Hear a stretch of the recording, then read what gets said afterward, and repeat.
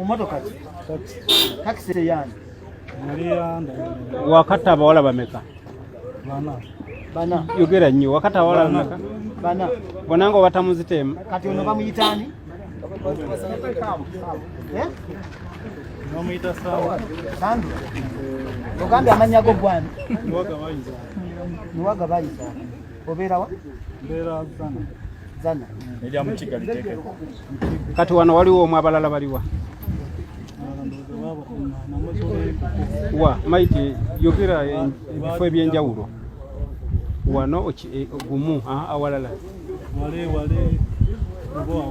awasulawo omulala. Omusajja abadde yakatirimbula abawala bana Katonda mulungi akwatiddwa era bw'atyo naawe obujulizi. Nkwaniriza nnyo wano ku SMX Media nange MSMX wano tuyane updates buli lunaku buli kiseera story wejjira wetugikodera esinga okubeera ekikulu nti stories zaffe tuzikombatinga nezibeera nga ziweewuka datawo aleme kubeera nga agenda mungi. Kankusaba subscribing onyigene ku notification bell eyo tojja kubeera nga omisinga updates naddala nga zino. Yes, ngenda kuzanyira akatambi ako okuva gye katandikira paka gye kaggwera osobole okulaba omusajja abadde agufudde omugano gw'okutirimbula abantu nga n'ensonga ebamutirimbuza agenda kubeera nga agyeyogera naye Katonda mulungi nti naye finally amaze n'akwatibwa. However, abantu bulijjo abamuyambako mu kwasaganya essango eddene lineeno bo tebalina kubeera nga bakwatibwa neera ng'abo kigambibwa mbu babadde akozesanga kondakita neera ng'ono muvuzi wa taxi okumukwata n'akatambi n'engeri gye bamukutte byonna mbikuleetedde wano ku SMX Media nga gwe kyolina okola subscribinga onyige notification bell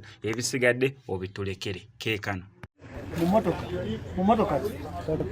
taxi yani wakata abawala bameka bana yogera nnyo wakata abawala bameka bana bonanga batamuzitema kati ono bamuyitani nomuyita sawa sandu ogambe amanya go gwani niwaga bayiza obeera wa mbeera zana erya mu Kigali teke kati wano waliwo omwe abalala baliwa wa maiti yogera ebifo ebyenjawulo wano gumu awalala awasulawo omulala Cherutembe okuna bana